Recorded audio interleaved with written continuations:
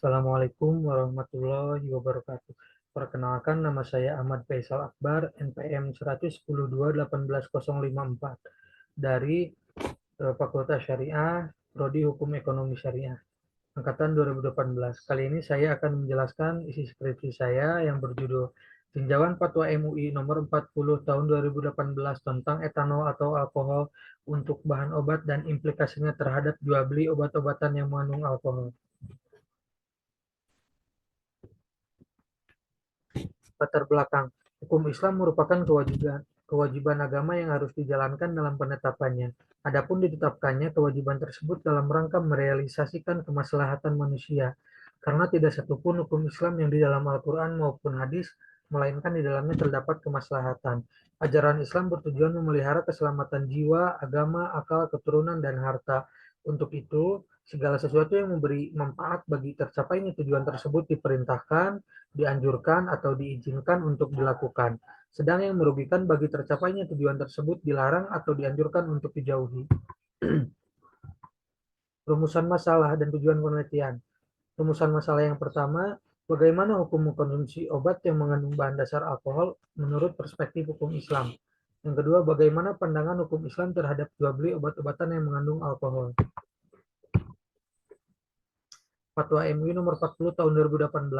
Dalam sistem hukum Islam, fatwa mempunyai peranan yang cukup dominan dalam memberikan pertimbangan hukum keagamaan kepada masyarakat. Dalam konteks masyarakat Indonesia, status fatwa lembaga keagamaan termasuk di dalamnya fatwa Majelis Ulama Indonesia mempunyai pengaruh yang tidak kecil. Seperti fatwa MUI nomor 40 tahun 2018 tentang etanol atau alkohol untuk bahan obat yang sudah seharusnya menjadi salah satu rujukan umat muslim untuk menentukan sebuah hukum yang akan dijadikan pedoman hidupnya. Fikih muamalah, aturan agama yang mengatur hubungan antar sesama manusia, dapat kita temukan dalam hukum Islam tentang perkawinan, perwalian, warisan, wasiat, hibah perdagangan, perburuan, perpopulasian, dan lain-lain. Aturan agama yang mengatur hubungan antar manusia dan lingkungannya dapat kita temukan antara lain dalam hukum Islam tentang makanan, minuman, mata pencaharian, dan cara memperoleh rezeki dengan cara yang dihalalkan atau yang diharamkan. Alkohol dan homer. Ada beberapa pendapat yang peneliti simpulkan mengenai perbedaan pendapat terhadap apakah homer dan alkohol itu sama atau berbeda, sehingga menimbulkan pertanyaan jikalau alkohol dan homer itu sama, berarti hukum bendanya sama, najis, karena jumhur ulama sepakat terhadap penajisan homer. Metode penelitian pendekatan yang digunakan adalah pendekatan empiris, metode yang digunakan adalah metode kualitatif, sumber data terdiri dari dua sumber yaitu data primer dan data sekunder, teknik pengumpulan data yang digunakan yaitu studi pustaka, wawancara, dan dokumentasi. Penelitian ini menggunakan studi kepustakaan dan penelitian lapangan. Penelitian ini dilakukan pada bulan Juli 2022 sampai dengan bulan Januari 2023. Hasil dan pembahasan.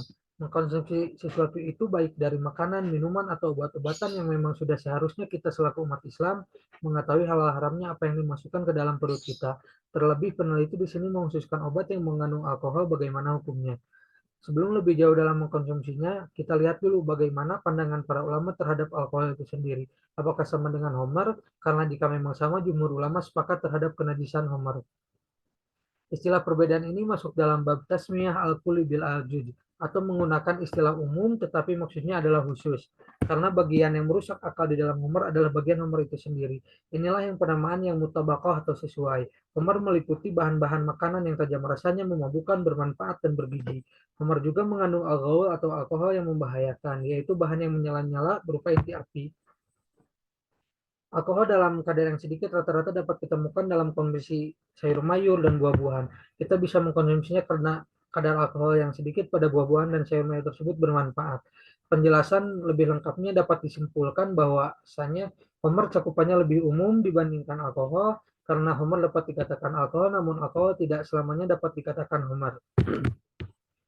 Selanjutnya peneliti merangkum dua pendapat yang mengatakan alkohol itu najis dan alkohol itu suci.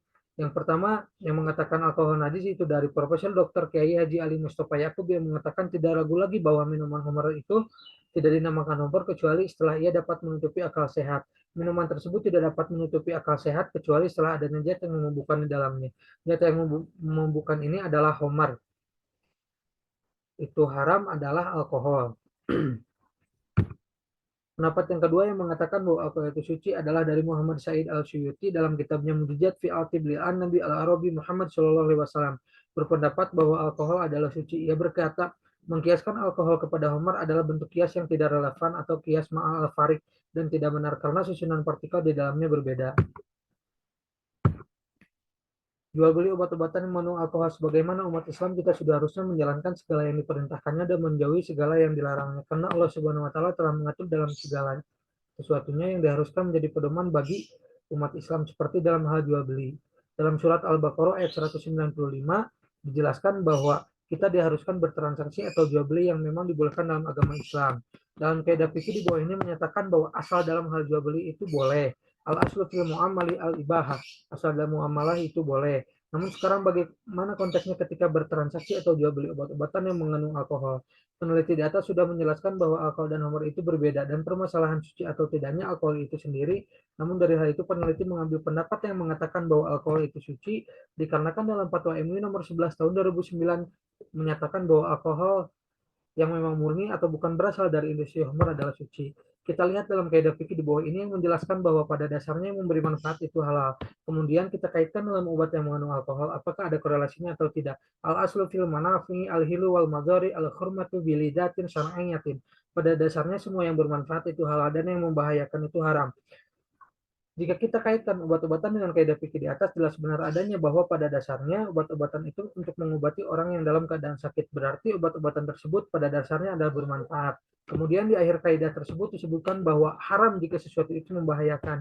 Jika kita lihat Fatwa MUI nomor 40 tahun 2018 yang menyebutkan bahwa salah satu syarat obat yang mengandung alkohol itu bisa dikatakan boleh untuk dikonsumsi jika memang sudah dikatakan aman oleh lembaga kesehatan yang berwenang seperti BPOM. Dalam kaidah fikih di bawah ini menjelaskan bahwasanya suatu barang yang halal dimanfaatkan atau halal digunakan berarti dalam hal jual belinya pun halal, kecuali ada dalil yang mengharamkannya. Kulu masoha naf'uhu soha bi'ainuhu ila bidalilin. Semua yang halal dimanfaatkan, halal juga diperjualbelikan kecuali ada dalil.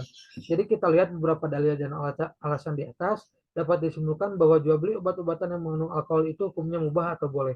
Dengan alasan yang peneliti ambil dari pendapat yang membolehkan mengkonsumsi obat-obatan yang mengandung alkohol itu sendiri, dan tidak ada syarat dan rukun jual beli yang memang bisa membatalkan jual beli obat-obatan yang mengandung alkohol tersebut, kecuali ada hal-hal lain yang bisa membatalkan akad jual beli tersebut atau bahkan bisa mengharamkan.